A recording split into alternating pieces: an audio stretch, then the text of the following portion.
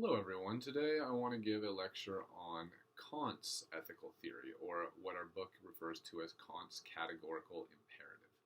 Now, last time we talked about utilitarianism, and the utilitarian holds that the rightness or wrongness of our actions comes from the consequences.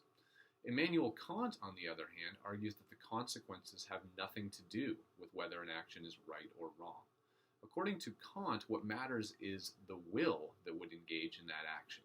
So the rightness or wrongness of an action has nothing to do with the consequences. It has to do with the kind of will that would engage in whatever action we're thinking about.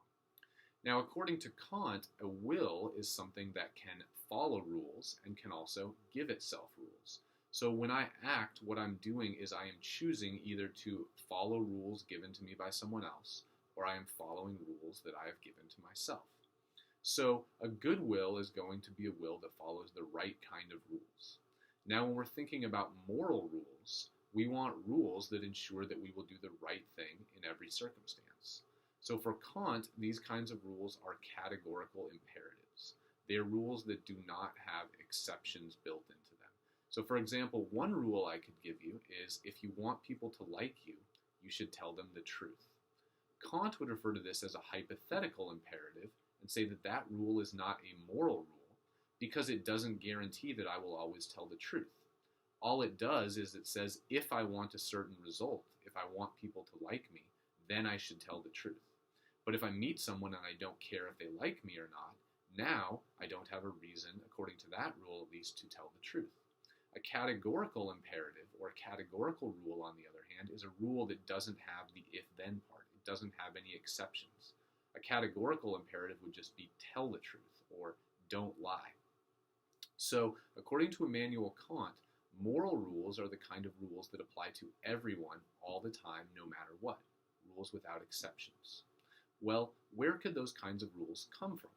According to Kant, they must derive from something that all of us have all the time, no matter what. That something is our rationality.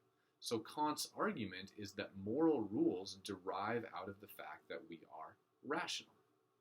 If moral rules come from our rationality, then the most basic and fundamental rule of all is that we have an obligation to respect the rationality of others. According to Kant, there are a number of ways we can think about this. One is what he calls the formula of humanity. The formula of humanity says that if I'm going to act morally, I have an obligation to always treat all rational beings, including myself, as ends in themselves and never as mere means. What this means is that we are not to use people, we are not to take advantage of them or manipulate them. If I am going to act morally, I have an obligation to respect your rationality and respect your ability to determine what kind of person you want to be, how you want to live your life. Another way of thinking about this is what Kant calls the formula of universal law. The formula of universal law basically says that we only ought to follow those rules that we could rationally will to be universal laws. In other words, moral rules ought to be the kinds of rules that everyone could follow. So Kant says, what about lying? What if I needed $1,000 and so I was thinking about going to the bank and taking out a loan, but not actually paying them back? In other words, I was going to tell the bank a lie. I was going to promise to pay back my loan of $1,000, but I know that I'm not going to. Kant says, well, what would happen if that became a universal law? Anytime anyone needed money, they would go to a bank, take out a loan, promise to repay it, but they would actually be lying. They wouldn't pay it back. What we would find is that in such a world, banks would stop giving loans, because if no one's paying back loans anymore, then there is no interest on the part of the bank to give loans.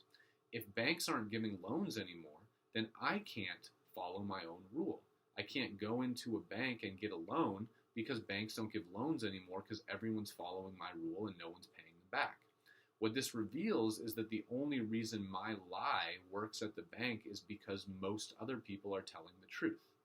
In other words, when I'm lying, I'm in essence saying, I'm going to follow this rule, but other people can't follow it. If I do that, I am not respecting the rationality of other individuals. So, Kant's argument is that in order for us to be moral, we need to follow categorical imperatives. We need to follow universal rules that fit those tests.